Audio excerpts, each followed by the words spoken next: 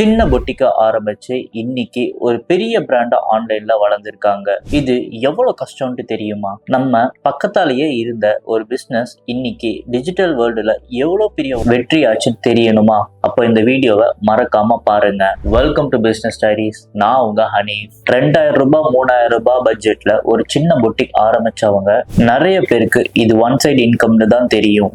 ஆனா அவங்களோட கனவு ரொம்ப பெருசாவே இருந்திருக்கு. இனிஷியல்ல கஸ்டமர் கம்மி, ப்ராஃபிட்டும் இல்லை.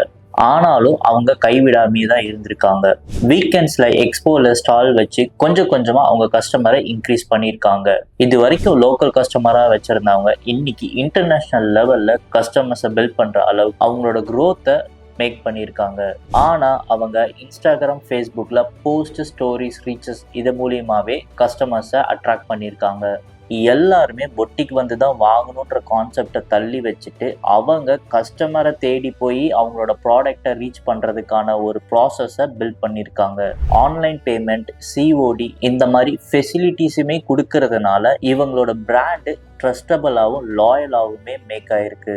இது மட்டும் இல்லாமல் அவங்க ஃபெயிலியர்ஸை பார்த்தும் கைவிடாமல் கான்ஃபிடென்ட்டாகவே ட்ராவல் பண்ணியிருக்காங்க.